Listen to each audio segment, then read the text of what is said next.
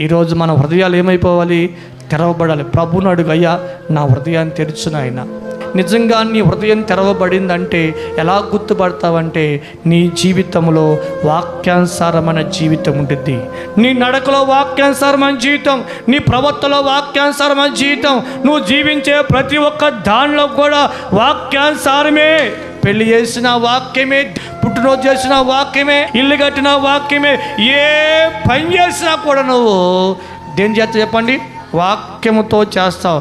నిజంగా వాక్యముతో చేసావంటే నీ హృదయం నిజంగా తెరవబడినట్టే. తలుపు తీయుట అంటే అర్థం ఏం చెప్పండి? అలాగున నడుచుకోవటం. లోపలికి వచ్చంట ఏం చేస్తావంట?